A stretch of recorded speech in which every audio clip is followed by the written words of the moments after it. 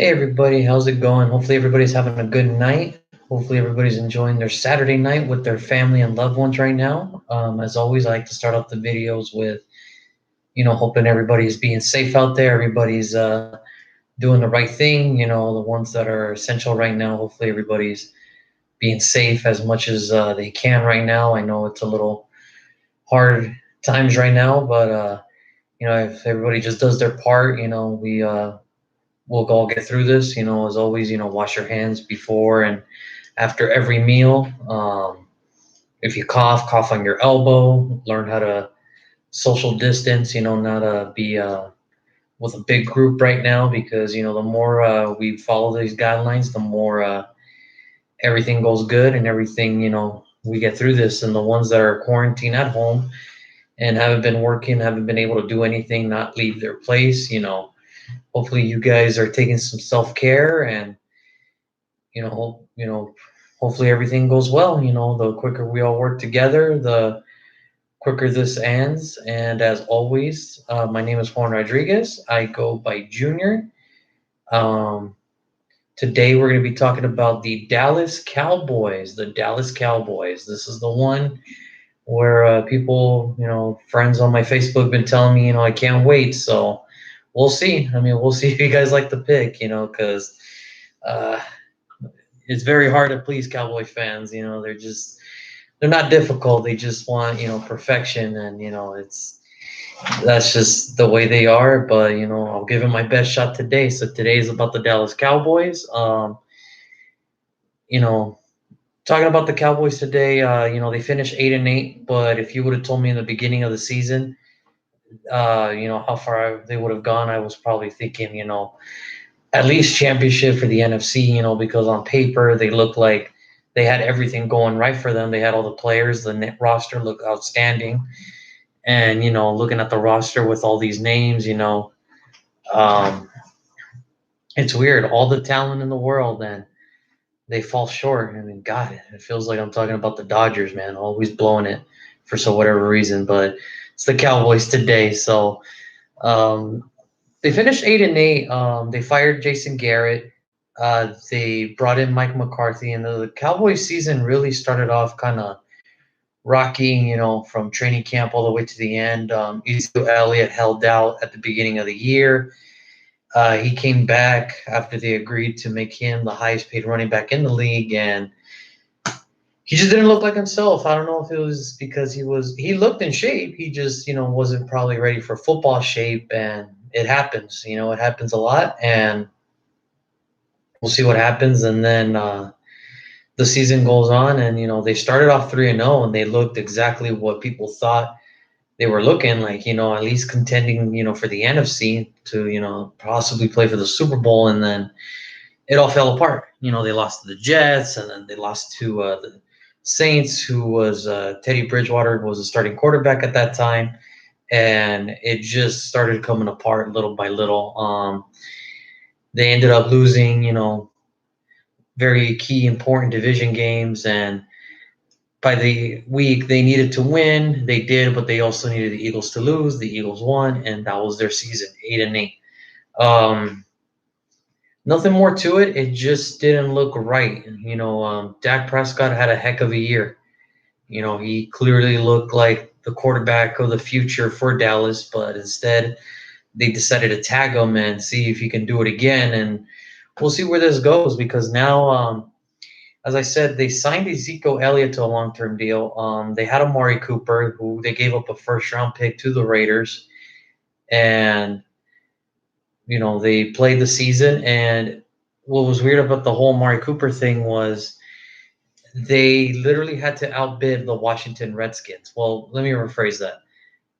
They gave him a contract. The Washington Redskins gave Amari a contract, but in order to even out what he was going to get in Dallas, Washington had to pay $4 million more or $5 million more just because of the state tax, and they wouldn't do it. So Dallas re-signed them. It was kind of a weird move that they had to wait that long, because you would think, giving up a first rounder, you would try to sign him the second he landed with you guys, but they waited till like the final minute, so they gave Amari that 5 year, $100 million contract, and he's a Cowboy now. And um, over the past couple days, it's I would say a lot of bad heat with some of the media in for Dallas. Just yesterday, Rex Ryan called Amari Cooper a turd. You know, I agree. It was probably not the smartest thing in the world to say, but I think what people have to understand is that he was right. He did kind of disappear, and that tends to happen sometimes. I mean, there's times great receivers get locked down, but when you go 100 yards one game, and then you go 3 games in a row where you're 60 yards or less, and then the following week you don't get shown up for nothing. You have 0 catches, 0 yards, and they pull you. I don't know if it was because he was hurt or maybe he did quit on the team. We really don't know. Amari Cooper is an interesting case. I will say that Amari Cooper is an elite wide receiver. I wouldn't go as far as saying he's the best wide receiver in the league, but he is, another top tier wide receiver in the league. It's just, there's just times he just disappears, and that tends to happen, and say what you want, he's still a good receiver, and anybody would want him. It's just, the risk is that he's gonna fall off, the radar a little bit, but he's still a Pro Bowl wide receiver, and Dallas finally has the trio they've been looking for. They have Dak at quarterback, Ezekiel at running back, and now they got Cooper back for wide receiver. So they were there were some mixed reviews about the free agency period that they did. Um, starting off with Byron Jones. They lost Byron Jones to Miami. They made Byron Jones the highest paid corner in the league. So now he's out of Dallas into Miami. Robert Quinn, who was, I think, second in team with the sack. He was a second team sack leader or first, one of the two. And now he's with the Bears. Jason Witten, Malik Collins, Jeff Heath, the tight end, defensive lineman, and the safety, they all signed with the Raiders. And here's Julian Garcia with the first comment. God, I hate the Cowgirls. And see, that's what I tell you, man. Like you can't calling me out yesterday, telling me that you're not a Cowboy hater, but here you go. First comment, and here we go. Like I said, Jason Wynn, Malik Collins, and Jeff Heath, they all signed with the Raiders. They, I don't know what. I do see them all making the team as depth players, or Malik Collins might get the nod starting. I mean, we'll see, but they left, and then Randall Cobb is now part of the Texans because of that whole trade with DeAndre. So they needed to sign the best available receiver, and Randall Cobb was the best one at that time. So that was the free agents that they lost. They did lose a player to retirement, and it was the All-Pro center Travis Frederick. He had to retire not because he was getting old and his play level wasn't there. It's just he had to retire because GBS, which is Guillain-Barré syndrome. What people don't know about it is what it is. It damages the peripheral nervous system, so your hands and knees start to get weak. Just a virus that just weakens the hands and the knees, and it caused him to have breathing difficulties, heart and blood pressure problems, and it's a shame, really, that he had to retire because he got this. There are cures, for it. There's, stuff that he can take, and it's gonna take a time for him to finally get back to his full strength. But I think he's doing the smart thing, walking away, with the health that he does have, because he is fit. He does have this condition, but he is better off than what most people have it, and it's a shame, really, because he was doing his thing, and now he has to retire because of this disease. And I wish him the best. We're praying for him. Hopefully he gets the recovery he needs, and hopefully everything works out for him. Because I can't imagine any disease on any person. It's just it's a shame, really, that it happened. But he'll fight through this. So we're all praying for you, Travis. Hopefully you pull through, man. We're all pulling for you, man. So that was the Cowboys free agent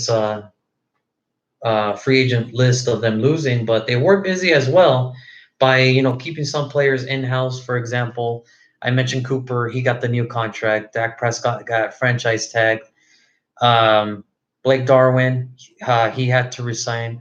Well, he didn't have to resign. It's just Dallas made him an offer for him to be the starter going forward, and I actually kind of like that. I think he's developing little by little.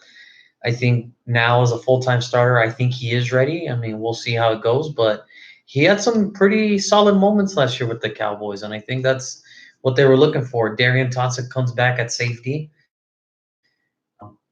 They re-signed their long snapper. They re-signed Anthony Brown due to the departure of Byron Jones.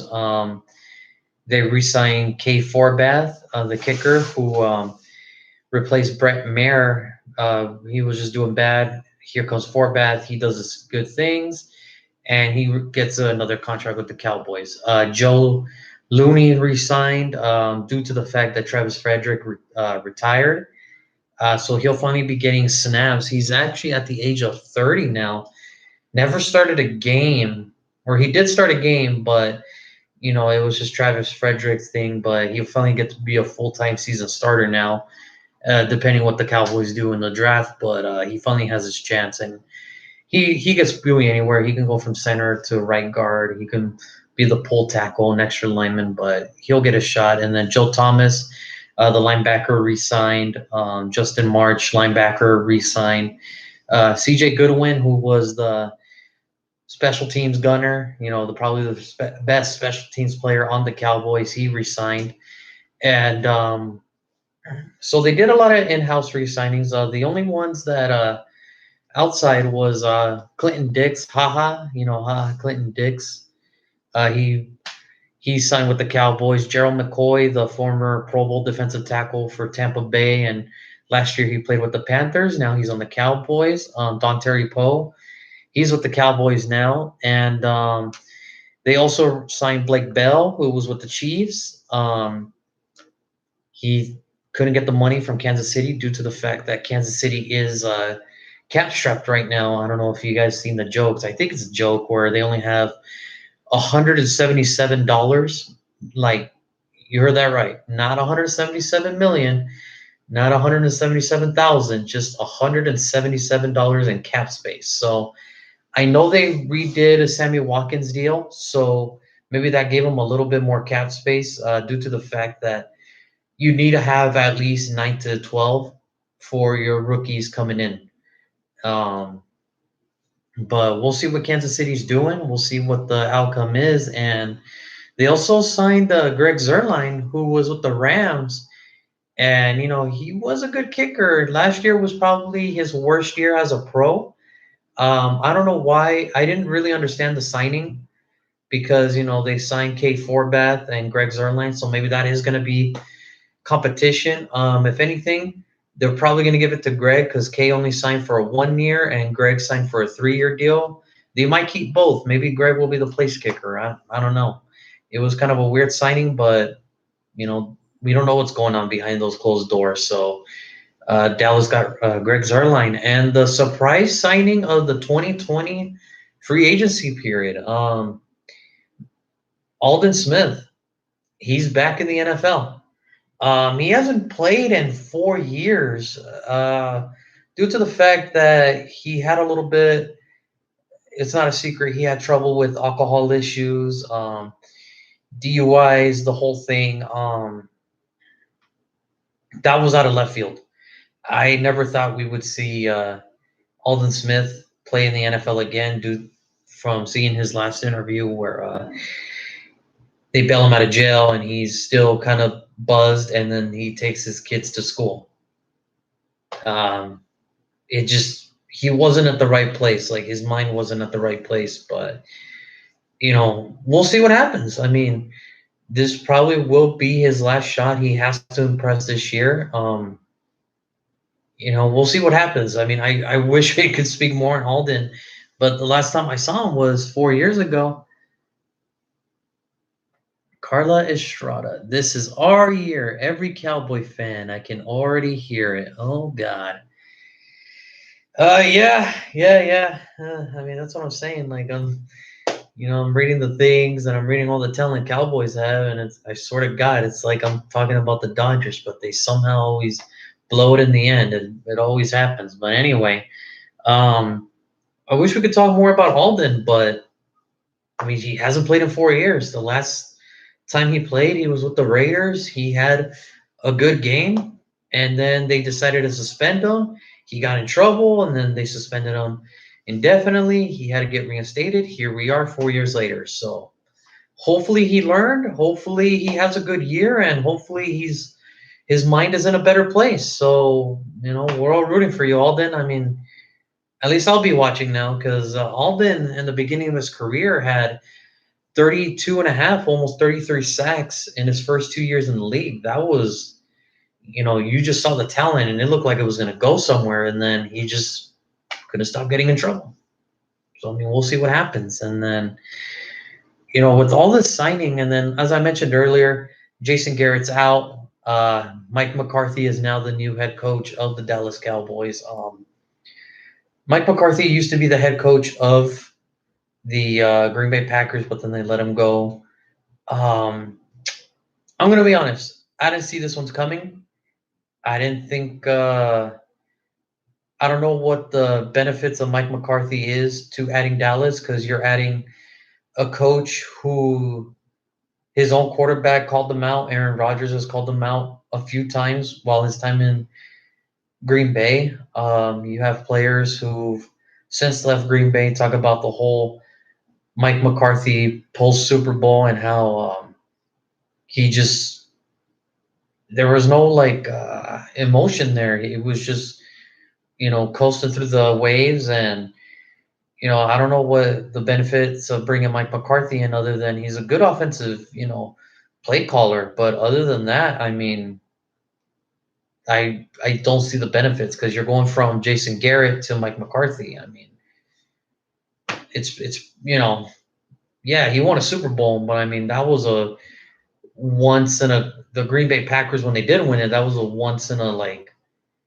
yearly thing because that team was just pretty good. After that, they just little by little just started disintegrating, and then they're just players leaving, and then there was that whole BJ Raji thing where he had to take a hiatus, and I don't know how much of that was Mike McCarthy's fault. I don't know how much of that was BJ Raji trying to clear his mind, but I mean, again, the whole thing with the whole Mike McCarthy situation in Green Bay, Aaron Rodgers calling him out multiple times. I mean, you have to take this into consideration, guys. When a quarterback like Aaron Rodgers, who's one of the best in the business, calls out his head coach, that should tell you something. Like that should tell you something. One of the things he says is his halftime adjustments are terrible. Uh, Clay Matthews has spoke about it where that he always played it to get more help on the defense, but they always said that he always said, no, we have Aaron, he'll win us. All you have to do is just stop him when it counts. And it's like, well, how can you do that if there's no defensive pieces? And that's the thing.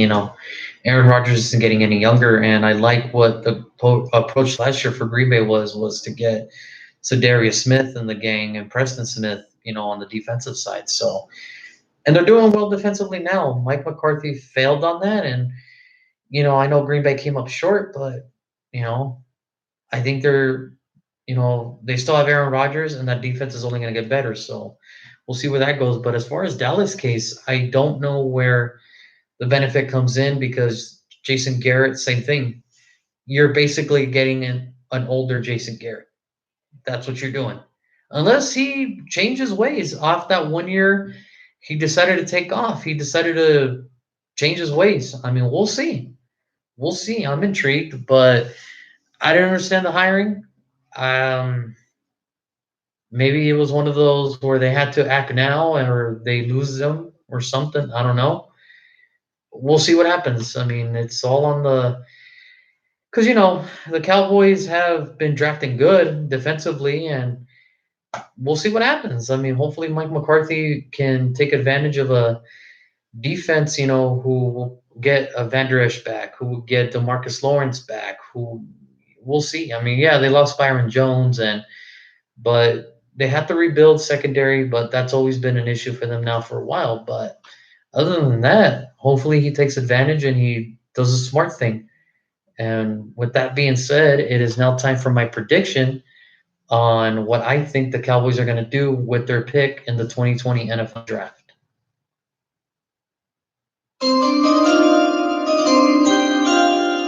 Yeah, everybody loves that sound. So here we go, Cowboy fans.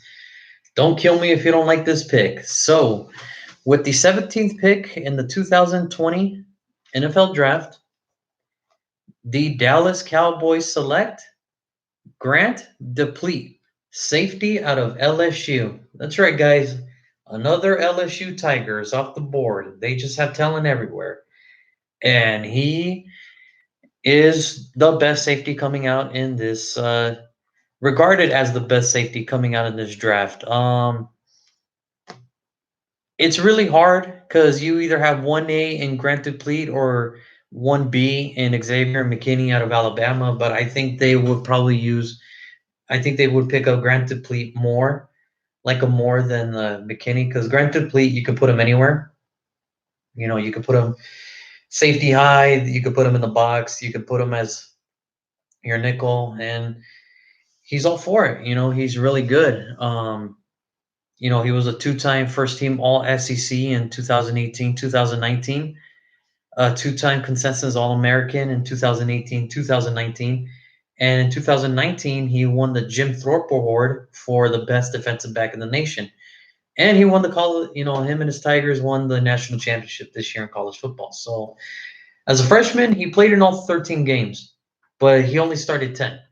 And with those, 10 games, he had 60 tackles, 1 interception, and 8 pass deflections.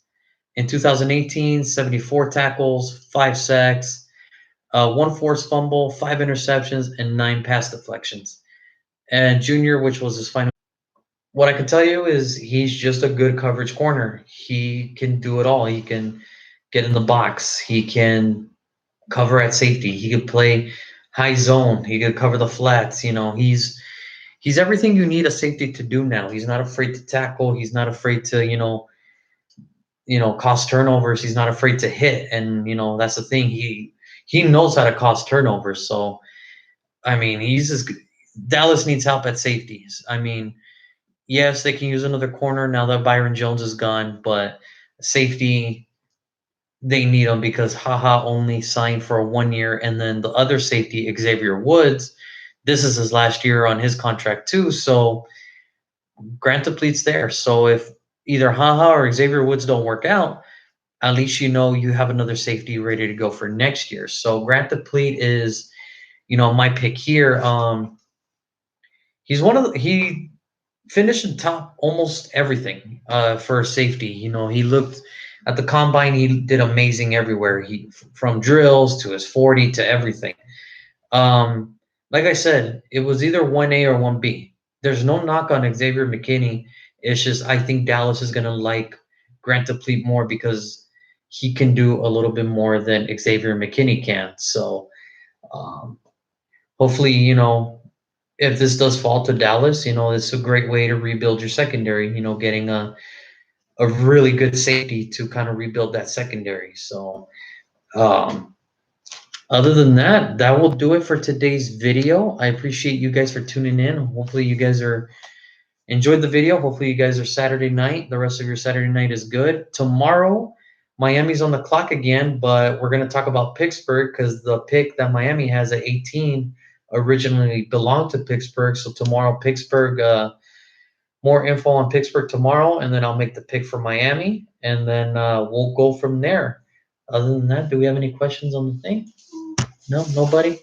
I'll probably hear it afterwards. I mean, probably hear a great pick or another one of like, man, what are you thinking? I mean, we'll see. We'll see what happens. But other than that, have a good night, guys. Take care.